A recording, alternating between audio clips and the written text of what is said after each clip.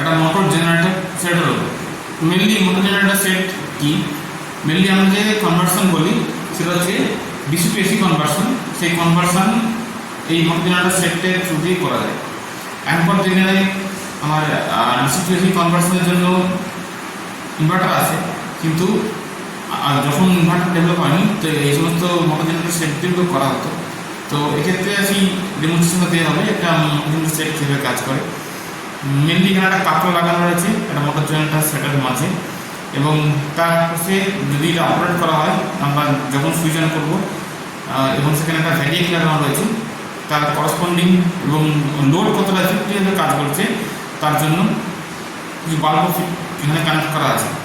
তো আমাদের ইন্টেনশন যে সেট মোটর জেনারেটর সেট করা হয়েছে কাপড়ের থ্রু দিয়ে কতটা এফিসিয়েন্ট হচ্ছে বা কতটা এফেক্টিভ হচ্ছে সেটা কাপড়ের থ্রু দিয়ে সেটা ভ্যারিয়েকের থ্রু দিয়ে অ্যাডজাস্ট করে আমাকে ভোল্টেজটা চেক করে, এবং এর যে বাল্বগুলো কানেক্ট আছে তার গ্লো বা গ্লেজ দেখলেও বোঝা যাবে।